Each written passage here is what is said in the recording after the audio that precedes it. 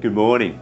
Back when my son was about 6 years old, learning to play soccer and playing in his first team, it was small-sided soccer, which meant they played on a small part of the field, just a third of the field, smaller goals, and fewer players. They had 6 or 7 on the field at any one time, and kids could sub in and off.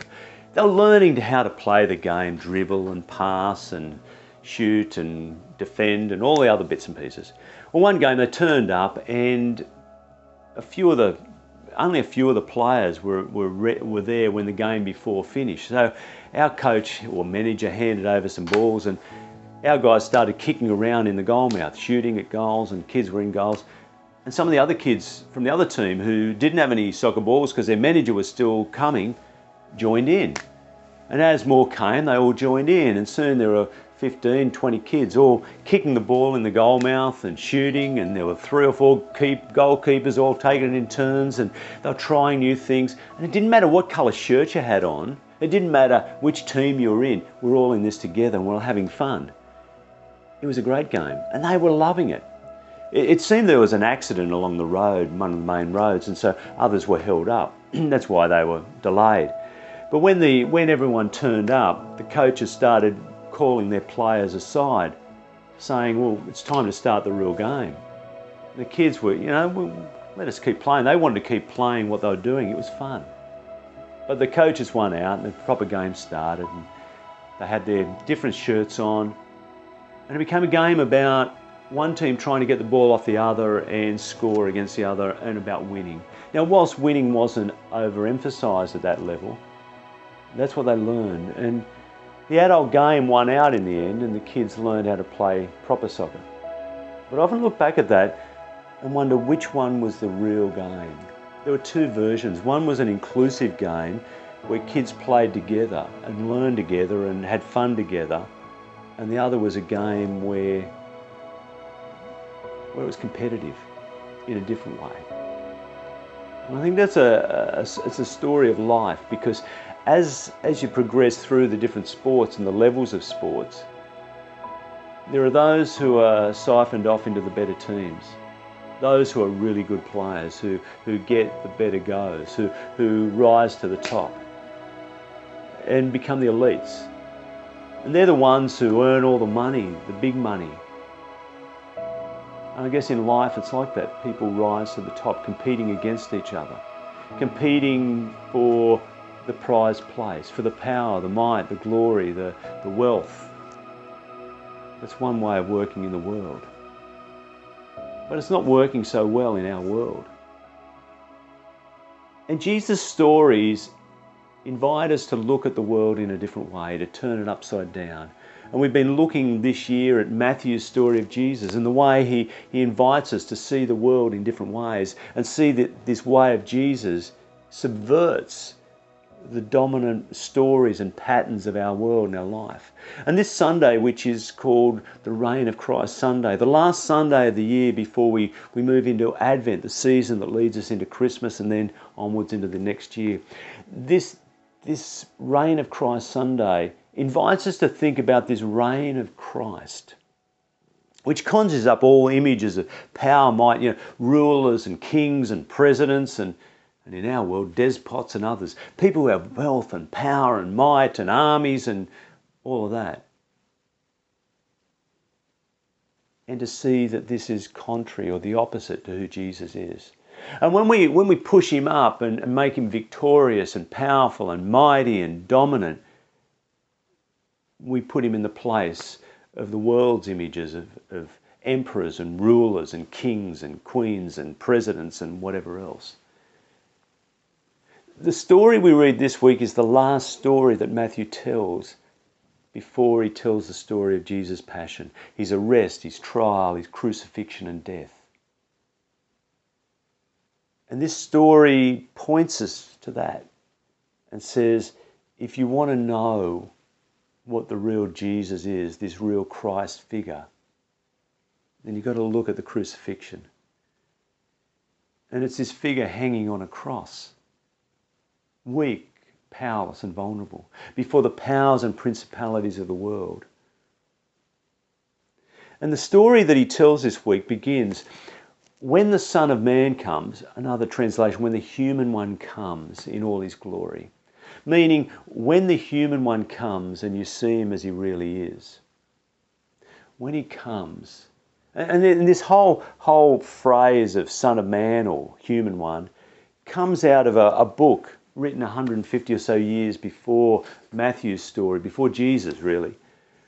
A story in between those times when the Jewish people were ruled by various empires in their history. And there were the Babylonians and the Medo-Persians and the Greeks and the Romans.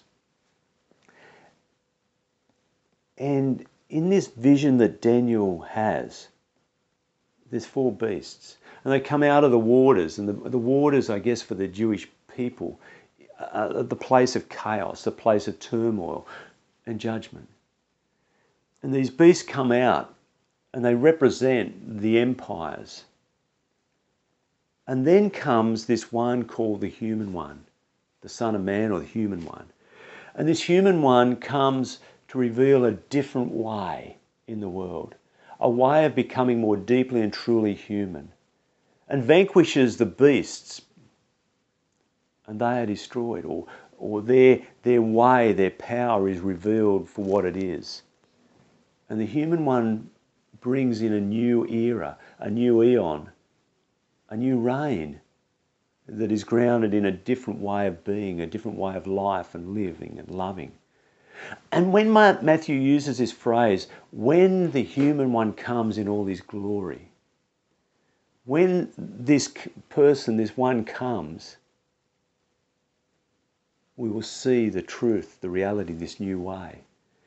And in the story, he says, the king gathers all the nations, not just all the peoples, all the nations before him.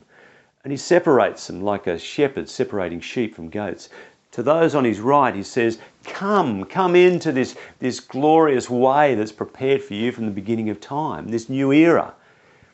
Because when I was hungry, you fed me. When I was thirsty, you gave me a drink. When I was naked, you clothed me. When I was sick or in prison, you visited me. And they said, when did we do all this for you?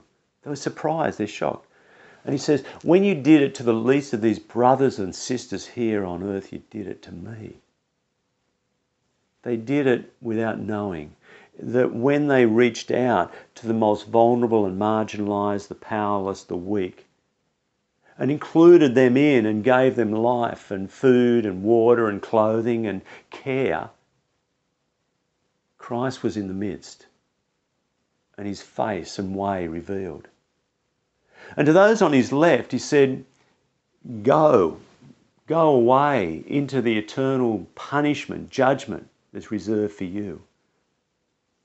Because when I was hungry, you didn't feed me. When I was thirsty, you didn't give me water. When I was naked, you didn't clothe me. When I was sick or in prison, you didn't visit me. And they said, well, when did we see you in these ways? When you ignored the least of these around me, my brothers and sisters, you ignored me. And here, the judgment is not some punishment that God metes out on us at the end of time, as is so often and too often expressed. It's not some judgment into the future. When he uses this word eternal, in their realm, in their language, in their way of thinking, there are 2 eras, eons. There is the one before the Messiah and the one after the Messiah. And the Messiah, like this human one, will inaugurate this new era, this new way of being in the world. For many, that meant a military leader who would come and vanquish the foes and restore Israel to its former glory. But that's not what Jesus was on about. It's not what the Christ is about. And Matthew is saying, open your eyes. He's been saying this all along. The time is here. The human one has come and is revealed. The Christ is revealed in this one Jesus, who invites us into a different way, who inaugurates a new way of being that is not around violence and judgment and domination, but around love and justice and inclusion and peace. And those who reach out to the poor and the needy in particular, who bring in those who have great need, have found the way of life, the true way in the world that is eternal life. And those who continue in the way of judgment, of power, of might, of seeking more wealth and domination and competition and holding it against the others, you are lost. And you bring judgment on yourselves, because when you use this way of violence, it will come back to you.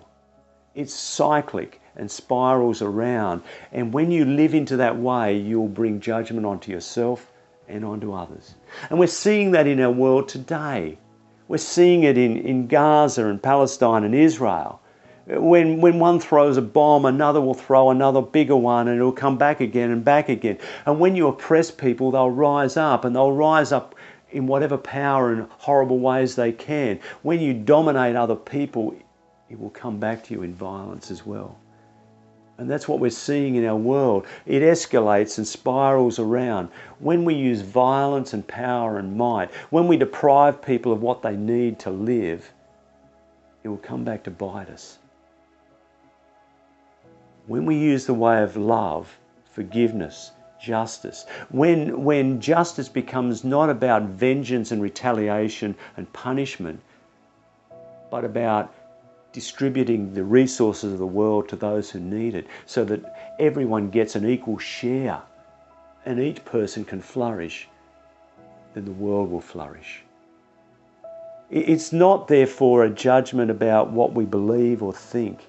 You know, so many people in our churches believe that if I go to church every Sunday and believe the right things and do these things and don't do these things, I will be there and the rest of the people won't. And yet Jesus is saying it's not based on that. It's based on how you treat the people who are different, who struggle, the mentally ill, the disabled in your midst, the people who wrestle with gender identity or sexual identity, the people who are of different faiths and small communities within your nation, how you treat your Indigenous people, how you give them justice and a voice, and not just a voice but a place in the world that they've inhabited.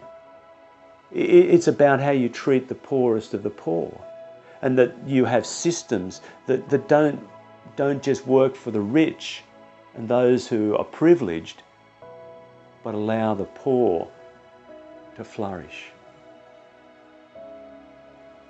This is the way of Jesus, and it disturbs us and upsets us and it challenges us. And I find this story very challenging because it challenges me at the very heart of who I am.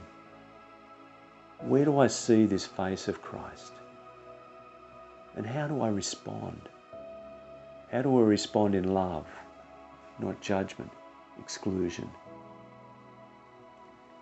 This is the way that Jesus invites us into. It's a challenging way, but it's the way of life and hope, the only way of life and hope for our world. Amen.